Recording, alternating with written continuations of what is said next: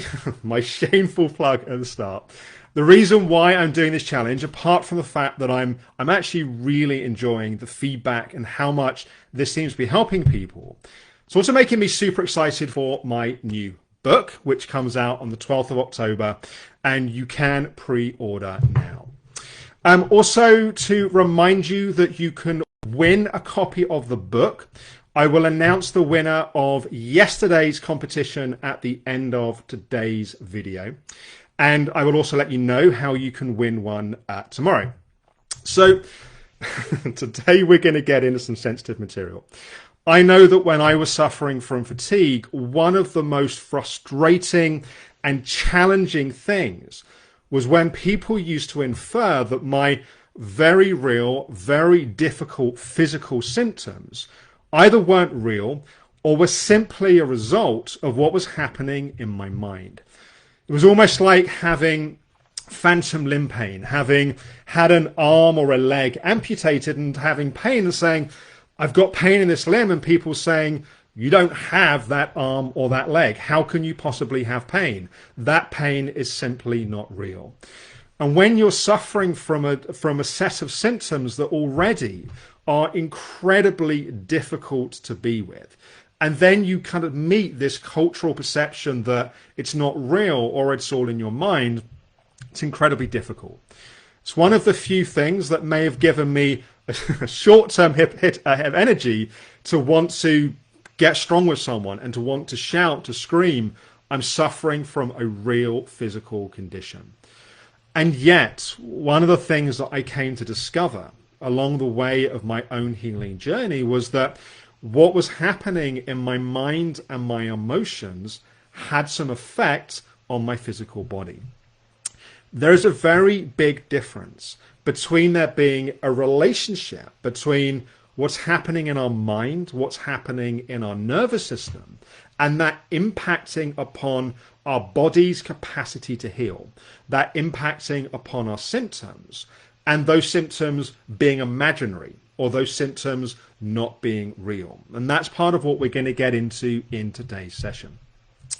You know, the impact of our mind on our immune system, for example, is something that's been well researched. In fact, there's been a whole series of studies over the years. Kiekult Glaser has done a lot of this research. And there was a study, a kind of landmark study back in 1986, where they collected samples from 34 medical students.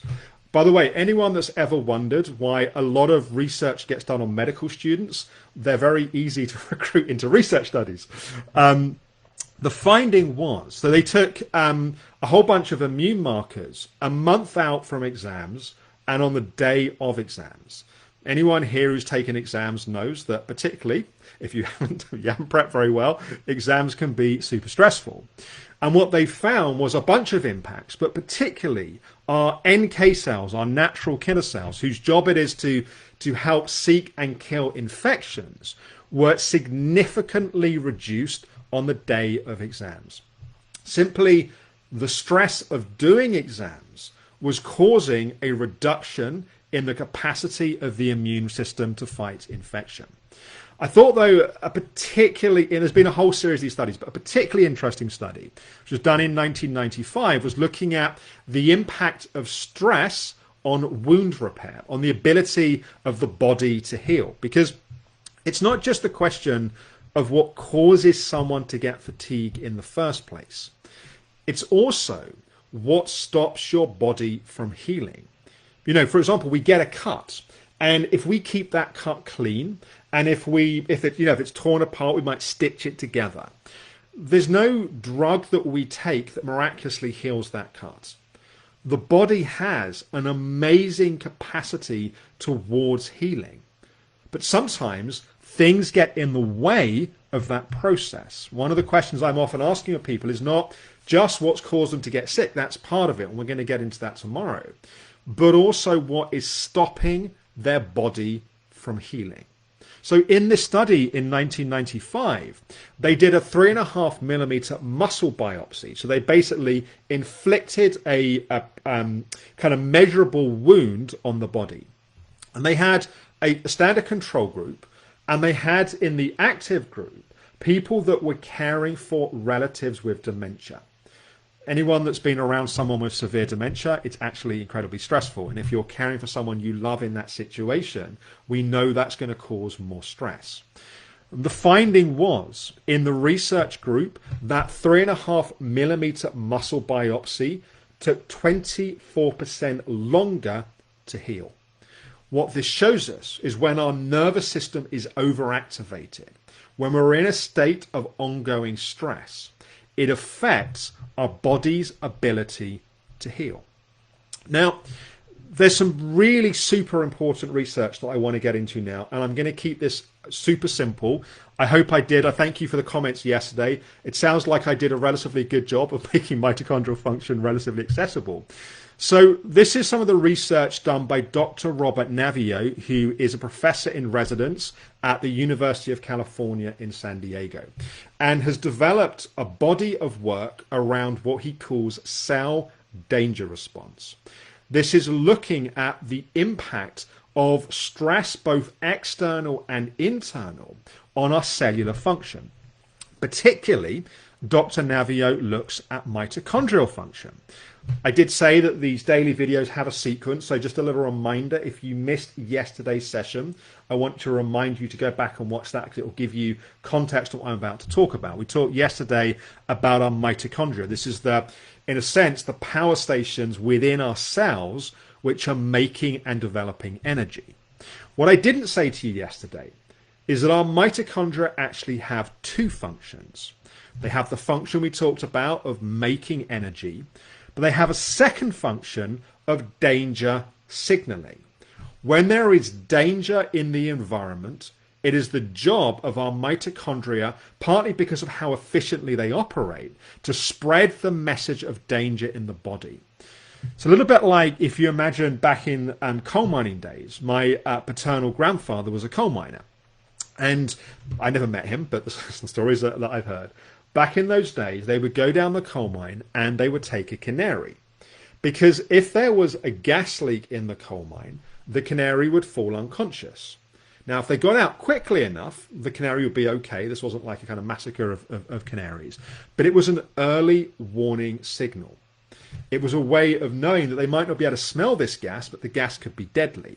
So the canary was the warning sign.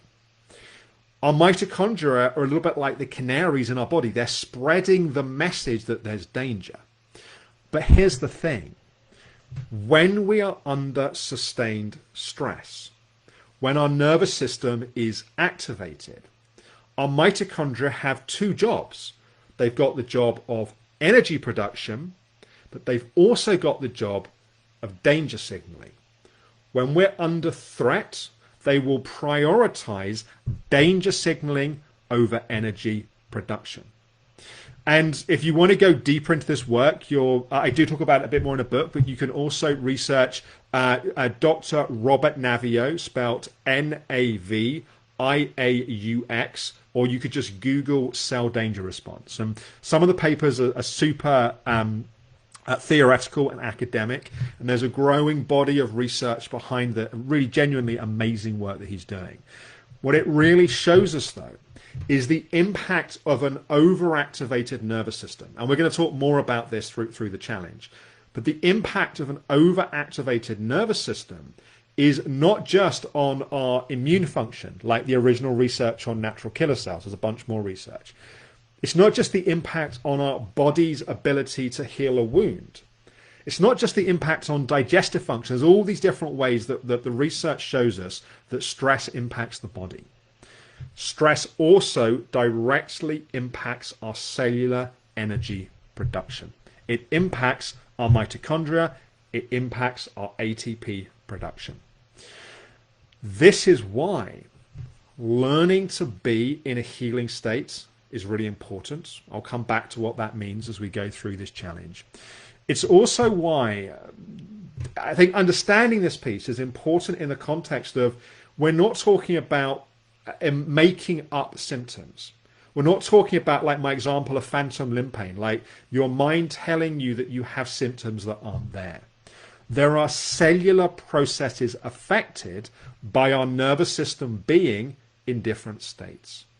When we learn to calm our nervous system, we can directly impact our immune system, our wound healing, our cellular energy production.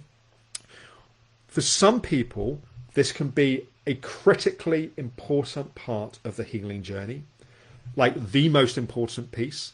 For other people, it's a piece of the healing journey. One of the ways that I like to talk about it is for the body to heal, it has to be in a healing state. The state that we're in impacts so many things. If we've got a viral overload, let's say we have, I just saw someone mentioned if I have Epstein-Barr virus. The questions move so fast. I just saw Epstein-Barr and then it moved. And I missed the rest of it. But someone was asking. Oh, here we are. Colleen was saying, if I have active Epstein-Barr, it's moved again. Are my mitochondria danger signaling about this? Possibly. So sometimes physical loads can trigger the response, but also going back to what we talked about on day 2, living with a medically unexplained illness causes a whole load of stress. What's wrong with me? Why is it wrong with me? Should I rest? Should I push through? Will I ever recover? Should I do this supplement? Should I do this challenge? Should I read this book? Like, all of the stress that causes puts us in the exact opposite state of what we need to be to heal, which then means, going back to what I was saying about you get a cut and the body heals it. You get COVID, the body hopefully recovers. If it's under different loads and stresses, on, I think it's Tuesday, Wednesday next week, we're going to get into some of the loads that can be on your system. That can mean that it's not in the state it needs to be able to heal. So, in interest, this is one of my favorite subjects, and I know that I can go off on massive tangents here. We have got other days in the challenge. We're going to dig into this in more detail. I'm going to come to questions in a moment. Before I come to questions, though, I really love how you guys are engaging with the homework. It's like I like doing these videos, and then I go and hang out with my kids and get my kids to bed, and then a bit later I come and look at some of the comments, and it's like, oh my god, it's really lovely to see all the comments. So I'm going to keep originally I wasn't going to do a piece of homework each day, but I'm going to try each day to set a little assignment that hopefully brings this to life. So I'm really interested in what you notice activates your stress response. What causes your nervous system to become activated? Some examples might be being in a work environment or dealing with kind of complexity in that way. Another example might be stressful for certain family members. You notice when you're around them, like, your system gets ramped up. Is there being around just too much noise and stimulation? Having new symptoms, worrying about symptoms. The anticipatory anxiety about something that's coming up and you're wondering if you're going to have the energy to do it. Like, what do you notice activates your stress response, causes your nervous system to become more stimulated? We will talk more in the challenge of how to identify that and what that means. But just to start to bring this to life, I'd love to hear about, and you to share in the comments below this video, what you notice activates your stress response. And I will pick a winner of the for the book tomorrow from the comments below this video. The winner from yesterday is Emma Croucher. So someone from my team will be in contact probably on Monday to get your details to mail you a free copy of the book. The publisher's hoping that I'm not going to have copies sent to 21 different countries around the world, but we'll see what happens. It's going to be interesting to see where people are based. So I'd love to take a few questions. Let me just scroll a little bit. Let me reorganize my screen a bit. Nice to hear people saying that this has been simply explained. Is that one of the, I'm not the best scientist. It's like, I consider myself much more a practitioner and a clinician that really tries to figure out complex stuff. And sometimes I have to get people that have really good science brains to try and explain it to me. And I ask them to explain it again and again until I can get my head around it. So I'm glad that you guys are finding this helpful. So questions. Christina's asking, how do you test an overactivated nervous system? Can the GP order tests?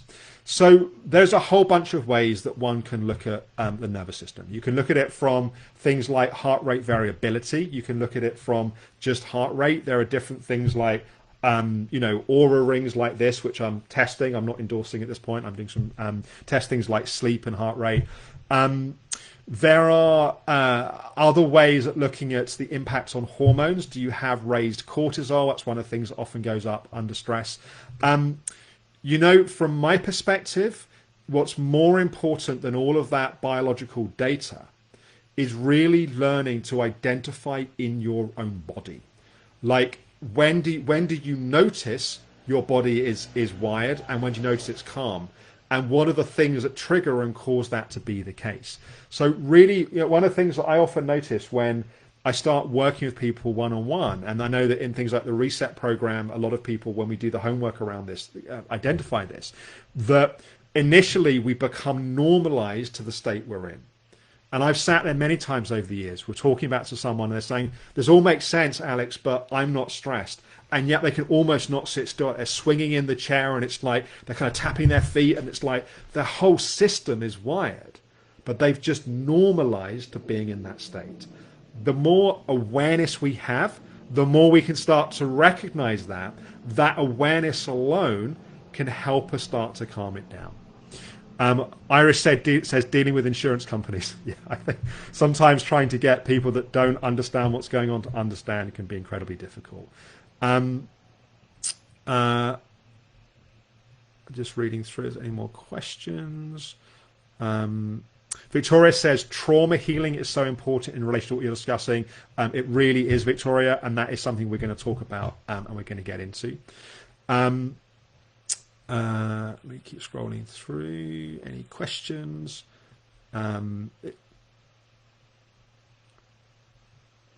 Ruth says you can't always avoid stress. How do you cope with stress and get the body to calm down? It's a good question, Ruth. So sometimes a stress response is the most healthy response.